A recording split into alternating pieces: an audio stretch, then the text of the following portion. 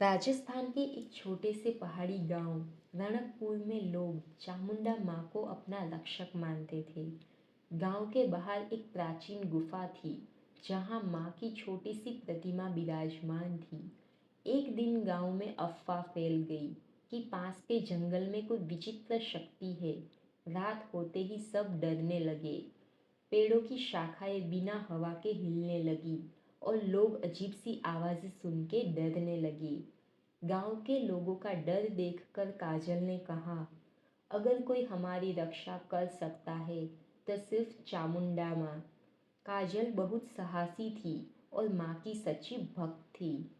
उस रात काजल अकेली ही गुफा की ओर निकल पड़ी। रास्ते पर अंधेरा था, लेकिन उसके हाथ में एक दीपक था।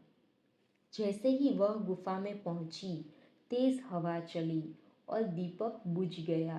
काजल डर गई पर बोली, माँ, मैं आपकी शरण में आई हूँ, मेरा दीपक आप जलाइए।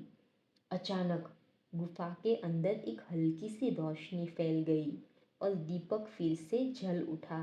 काजल समझ गई कि माँ ने उसकी पुकार सुन ली है। गुफा के बाहर फिर से वही आवाज आई।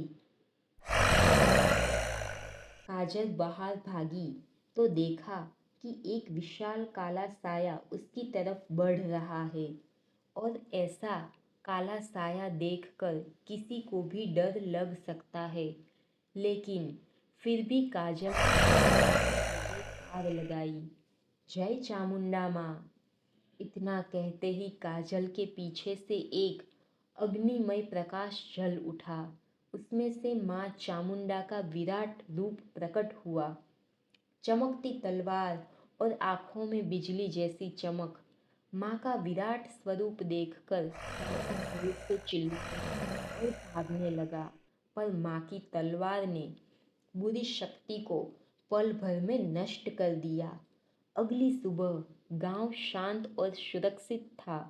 काजल गुफा के बाहर ही बेहोश पड़ी थी, लेकिन उसके हाथ में माँ की भस्म लगी थी, जो दिखाती थी कि माँ ने उसे आशीर्वाद दिया है। काजल ने सबको बताया कि माँ ने स्वयं आकर गांव को बचाया है।